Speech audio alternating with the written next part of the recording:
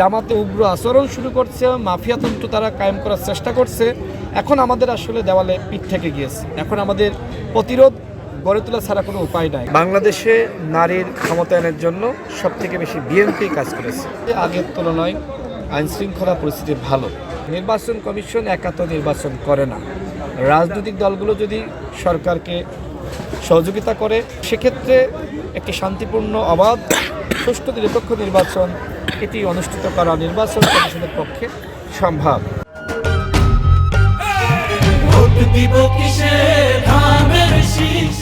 এই দেশে নারীর ক্ষমতায়নের জন্য সবথেকে বেশি কাজ করেছেন দেশনেত্রী বেগম খালেদা জিয়া। তিনি উপবৃত্তি চালু করেছিলেন এবং এরকম অসংখ্য উদ্যোগ তিনি নিয়েছিলেন। বাংলাদেশে নারীর ক্ষমতায়নের জন্য সবথেকে বেশি বিএনপি কাজ করেছে। সুতরাং আমি দৃঢ় বিশ্বাস করি, ইনশাআল্লাহ বিএনপি ক্ষমতায় আসলে নারীদের কর্মসংস্থান বাড়ানো হবে, তাদের নিরাপত্তা নিশ্চিত করা সম্ভবপর হবে এবং নারীরা শিক্ষাক্ষেত্রে আরও বেশি এগিয়ে যাবে ইনশাআল্লাহ। নারীরা অনেকটা ঘরেও অনিরাপদ বোধ করে।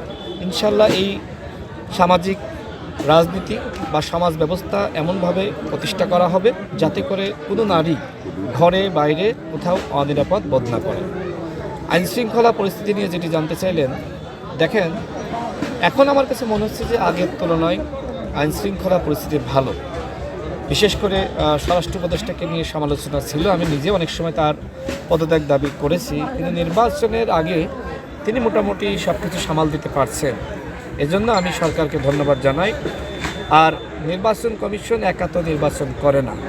রাজনৈতিক দলগুলো যদি সরকারকে সহযোগিতা করে, নির্বাচন কমিশনকে সহযোগিতা করে, তো সেক্ষেত্রে একটি শান্তিপূর্ণ, অবাধ, সুষ্ঠু, নিরপেক্ষ নির্বাচন এটি অনুষ্ঠিত করা নির্বাচন কমিশনের পক্ষে সম্ভব। ঝিনাইদহ 4 আসনে আমি নির্বাচন করছি। এখানে কিছু ঘটনা ঘটছে। বিশেষ করে স্বতন্ত্র প্রার্থী যারা ক্যাডার মাস্তান রয়েছে, তারা আমার পোস্টারগুলো ইতিমধ্যে ছিঁড়ে ফেলিয়েছে, কোথাও পুড়িয়ে ফেলছে, কোথাও গোবর মারছে।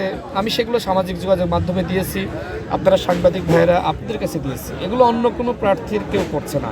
আমি আজকে যখন এখানে আসছিলাম, তখন একটি গ্রামে সেখানে দেখলাম যে জামাতের যিনি প্রার্থী রয়েছেন তার ফেস্টুন সেখানে রয়েছে। আমার ফেস্টুন একই জায়গায় সেই ফেস্টুন ছিঁড়ে ফেলা হয়েছে। সেই ছবি এবং ভিডিও ইতিমধ্যে আমার ফেসবুক আইডিতে প্রকাশ করা হয়েছে। দেখেন, জামাতের আমিরের প্রতি বা যিনি প্রার্থী হয়েছেন তাদের প্রতিও আসলে তাদের এতটা আক্রোশ নাই যতটা আমি বিএনপির প্রার্থী আমার প্রতি আক্রোশ রয়েছে। আমি সবসময় যারা অন্যান্য প্রার্থী রয়েছে তাদের প্রতি সহনশীল ছিলাম এবং থাকতে চাই, কিন্তু তারা যে উগ্র আচরণ শুরু করছে, মাফিয়াতন্ত্র তারা কায়েম করার চেষ্টা করছে, এখন আমাদের আসলে দেওয়ালে পিঠ থেকে গিয়েছে। এখন আমাদের প্রতিরোধ গড়ে তোলা ছাড়া কোনো উপায় নাই। কারণ এই যে প্রশাসনের অনেকে রয়েছে যারা আসলে আপনার অনেকটা নির্বিকার বলা যায়, কারণ ওই মাফিয়াতন্ত্রের কাছে প্রশাসনের অসহায়ত্ব আমরা দেখেছি। সুতরাং সেই জায়গায় আমরা যারা বিএনপি নেতৃবৃন্দ রয়েছি, আমাদেরকেও এগুলো আসলে মোকাবেলা করতে হবে এবং এই পরিবেশটা আসলে আমাদেরকেই ঠিক রাখতে হবে।